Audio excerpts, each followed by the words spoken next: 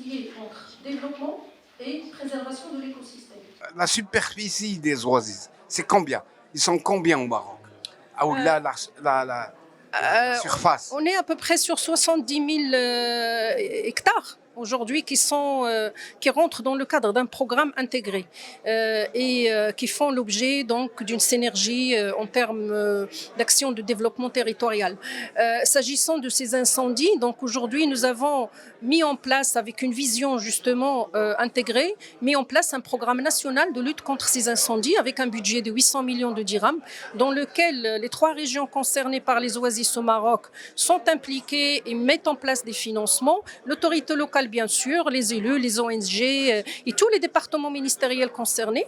Donc, ça consiste d'abord à préserver l'existant, mais également à maintenir les équilibres territoriaux, mais également à anticiper les dérèglements climatiques. Globalement, comment les oasis se trouvent? Nous avons tous, les oasis, en tant que système fragile, ont connu les changements climatiques de plein fouet.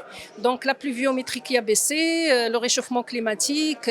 Donc aujourd'hui, leur santé, on peut dire qu'elle est bonne, mais elle doit être entretenue. C'est hier que nous avons été très honorés de présenter nos lettres de créance à Sa Majesté le Roi. Un événement extrêmement important. Comme vous le savez, pour un diplomate, ça c'est un moment qui est très attendu et nous sommes très reconnaissants pour Sa Majesté pour avoir pris le temps de nous recevoir. Et donc, c'est un grand plaisir de participer aujourd'hui, quelques heures après cette présentation, à cet événement autour de la Journée internationale de l'art gagné.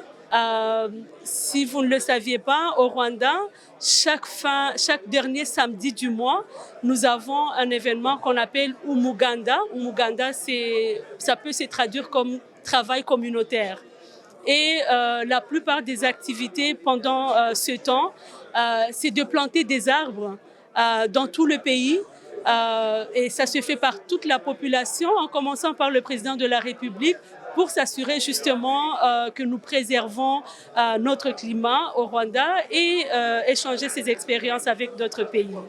الدبلوماسية البيئية المغربية ولله الحمد أصبحت قادرة على تحويل التحديات والصعوبات الطبيعية والبشرية إلى فرص حقيقية للاستثمار. في الماضي كانت كتعتمد على الباحثين والتجارب الأجنبية، الآن الحمد لله هي أصبحت قادرة على بناء كل هذه النهضة ديالها على باحثين مغاربة. هي مبادرة تعكس مدى الالتزام الدولي بحماية التنوع البيولوجي ودعم الجهود الرامية إلى الحفاظ على